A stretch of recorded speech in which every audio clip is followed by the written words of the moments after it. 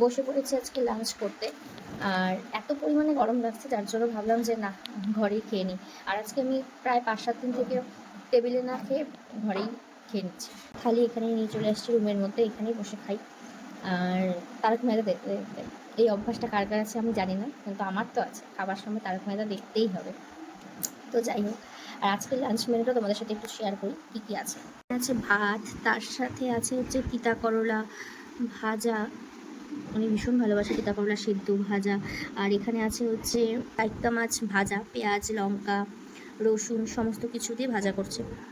তার সাথে আছে হচ্ছে মুসুরির ডাল। আর এখানে এই যে এই মাছ ভাজা, মাছ ভাজাটা করছে হচ্ছে ডালের সাথে খাওয়ার জন্যে। আর এখানে করছে হচ্ছে ওই কাইক্কা মাছেরই ঝোল, মাছের নামটাও একদম সেই।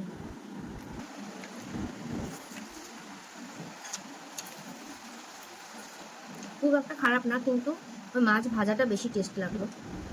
যাই হোক, এই মাছটা আগে কেউ কখনো খেয়েছো নাকি অবশ্যই জানিও তো।